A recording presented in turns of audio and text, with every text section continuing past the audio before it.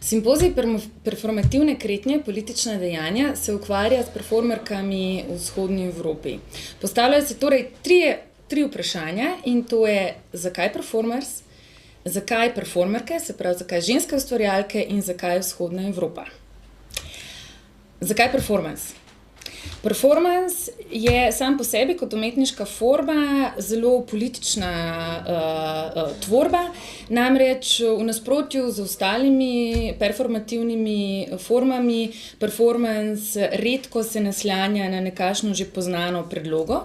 Drugič, telo izvajalca ali izvajalke igra središčno vlogo. Tretjič pa zelo pomembno vlogo odigrajo tudi publika, ki komunicira s performerjem. Zaradi tega in zaradi te nepredvidljivosti je performance zgodovinsko predstavljal umetniško tvorbo oziroma formo, ki je bila marsikdaj trn v peti vladajočim strukturam.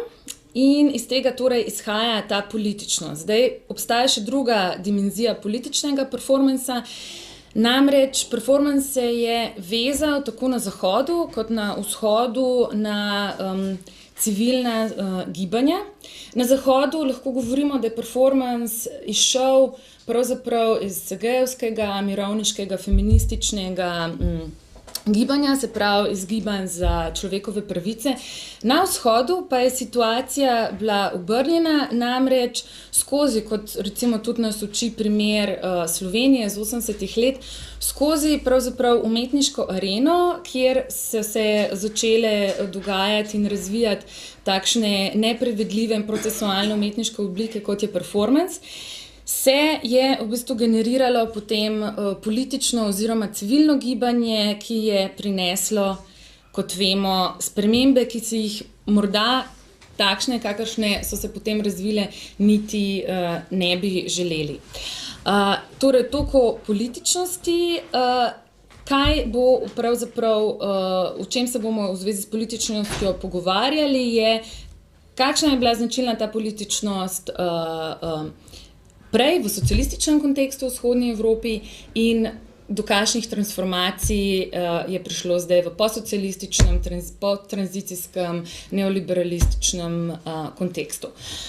Drugo vprašanje, zakaj performerke, se pravi, zakaj ženske? Glede na to, da je telo pravzaprav središčna točka znotraj performansa in da je znotraj zgodovine umetnosti, pa tudi v bistvu na splošno v vizualni kulturi žensko telo precej eksploatirano, ne čudi, da se potem ravno umetnice poslužujejo performansa kot nekega v bistvu udarca nazaj, namreč da točno to svoje telo in druge objekte, ki so lahko dostopni, uporabijo za to, da izrazijo neko svoje stališče do konteksta, v katerem živijo in ustvarjajo.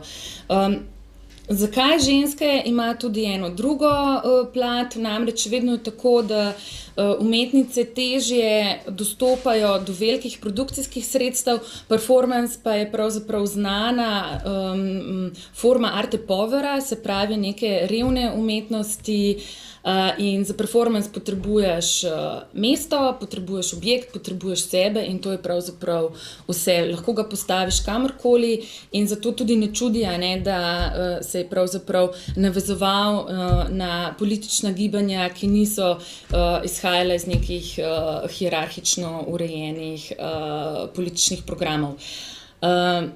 Zakaj pa vzhodna Evropa, Lana?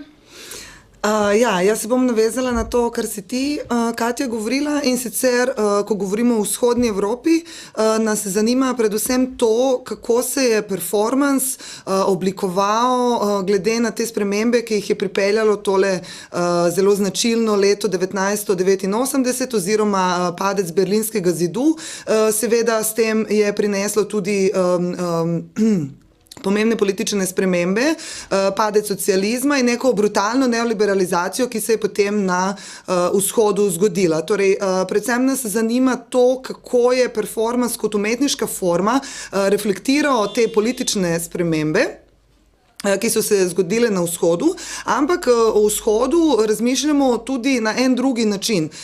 Seveda stvari niso tako črno-bele in vzhoda ne doživljamo samo kot geopolitične kategorije, ampak vseeno v primerjavi z nekim zahodom ali pa neko globalno situacijo lahko ugotavljamo, da je zahod tisti, ki na področju umetnosti diktira, kontrolira, ustvarja in usmerja nenazadnje umetniški sistem. Torej neke globalne tokove na področju umetnosti. Zato nas zanima, kako v tej situaciji nastopa vzhod, ki bolj ali manj, kako pač mi to opazujemo, se poskuša nekako uveljaviti, poskuša se nekako približati temu že uveljavljenemu, že zastavljenemu umetniškemu sistemu. Torej zanima nas, ali vzhod v svojih performativnih praksah lahko nekako gre čez to neko stereotipizirano, mitizirano, folklorizirano podobo, ki mu jo nekako Zahod vedno na novo postavlja kot neko normo, kot neko situacijo, ker se ga lahko sprejme.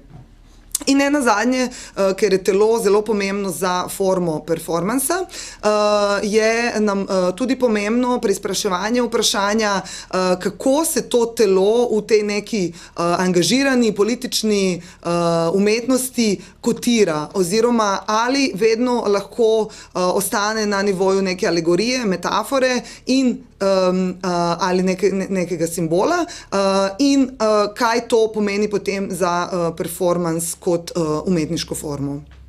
In na to temo bodo v Ljubljano prišli,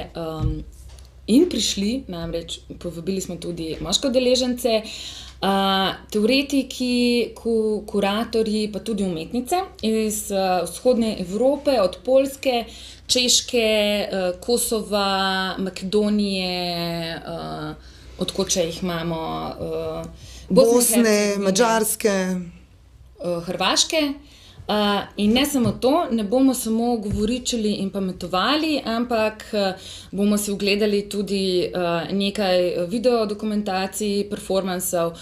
Performerka Marta Bosovska iz Poljske pa nam bo v živo predstavila en performans, razvit posebej za to priložnost. Ja, simpozij pa se bo končal z zabavo Kitsch Goes Beach Party, tako da se bomo na tej zabavi probali sprostiti od vseh teh zahtevnih tem, ki jih bomo na simpoziju obravnavali. Vljudno vabljeni.